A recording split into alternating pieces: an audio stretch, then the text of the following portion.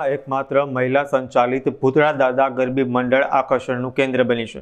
રાજ્યના મત્સ્ય ઉદ્યોગ મંત્રી પરસોત્તમ સોલંકીએ આ ગરબીની વિશેષ મુલાકાત લીધી હતી. મંત્રીનું તેમના પુત્રીઓ દીપાબેન બાંભણિયા અને ચેતનાબેન બાંભણિયા તેમજ એસી ગ્રુપની મહિલાઓની ટીમ દ્વારા સાથે જ ખેલૈયાઓ ભાઈઓ તથા બહેનો દ્વારા સ્વાગત રાસ રજૂ કરી મંત્રીનું ઉષ્માભર્યું સ્વાગત કરવામાં આવ્યું હતું. આ પ્રસંગે મંત્રીએ ભાવ વ્યક્ત કરતા જણાવ્યું હતું કે તેમની પુત્રીઓ દ્વારા મહિલા સંચાલિત ગરબીનું આયોજન કરવામાં આવે છે, જેના કારણે હું ક્યાંય પણ હોઉં પરંતુ આ મહિલા સંચાલિત ગરબીમાં હાજરી આપવા અવશ્ય આવું છું અને આપતો રહીશ એવી માતાજી પાસે પ્રાર્થના કરું છું. મિત્રો, આમ તો મારી બેન ને પણ એક મોટા ભાઈ તરીકે હંમેશા મેં એમને જોયા છે અને મોટી બેન એક મા સ્વરૂપ જ હોય છે. અમને જેટલા નાનપણમાં એમને સાચવા એવી જ રીતે આજે હું આ હજારો દીકરીઓને જોઉં છું. એ એમના મંડળના માધ્યમથી એ દીકરીઓને સાચવે છે અને રક્ષણ ભેર માતાજીનો નવલા નોરતા એટલે શક્તિ સ્વરૂપ જે દીકરીઓ આપણે માનીએ છીએ કે જેને આપણે લક્ષ્મી કહીએ છીએ કે ભાઈ અમારા ઘરની લક્ષ્મી છે, અમારા સમાજની સ્ત્રી એટલે રક્ષણ છે, એ શક્તિ છે, એવી દીકરીઓને મન મૂકી અને રાસ રમતા જોઈ મેં આ તાલુકામાં ઉના તાલુકામાં આ ગરબીમાં મેં જોયા છે મારી પોતાની નજરે.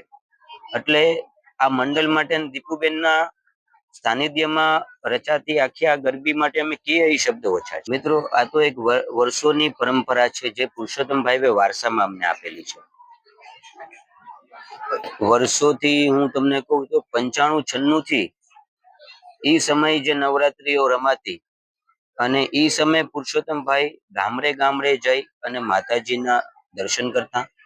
અને માતાજીના ચરણમાં પ્રાર્થના કરતા કે ભાઈ મારો સમાજ જ્યાં વસે ત્યાં. હાલમાં એમનું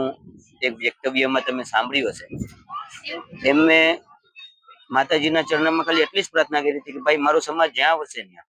મારા સમાજને શક્તિ આપજો, મારા સમાજનું રક્ષણ કરજો. એટલે પુરુષોત્તમભાઈની જે આ પરંપરા છે એ એમના દીકરા તરીકે અમે હંમેશા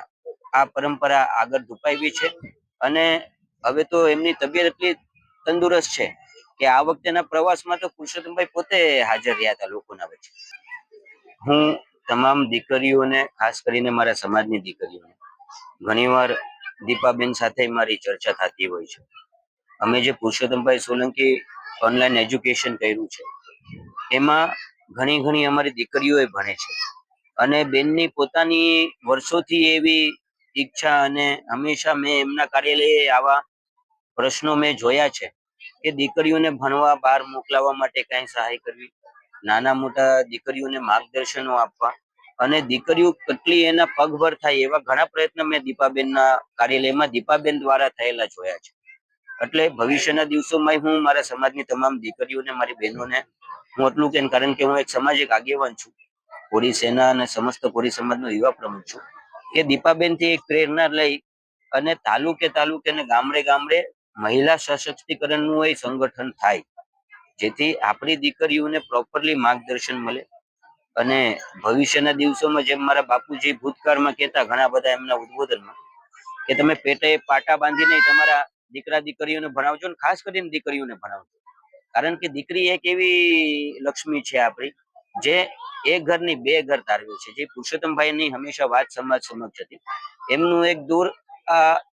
તેને સંદેશ સમાજ સુધી વર્ષોથી પહોંચ્યો છે અને એનું એક ઉત્તમ ઉદાહરણ આપણે મારા બેન શ્રી દીપાબેન માંથી જોઈ શકીએ છીએ કે અમારા ઘરની તો લક્ષ્મી હતી જ, પણ જયારે એમના સાસરે આવી ત્યારે એમના સાસરાનું એટલું મોટું નામ, એટલું આગળ એમને ધુપાયું કે આખા ગીર સોમનાથ અને ગુજરાતમાં ગરબીના નામે અને એક સ્ત્રી સશક્તિકરણ તરીકે મારા બેનના નામનું એક ઓળખ આવ્યું.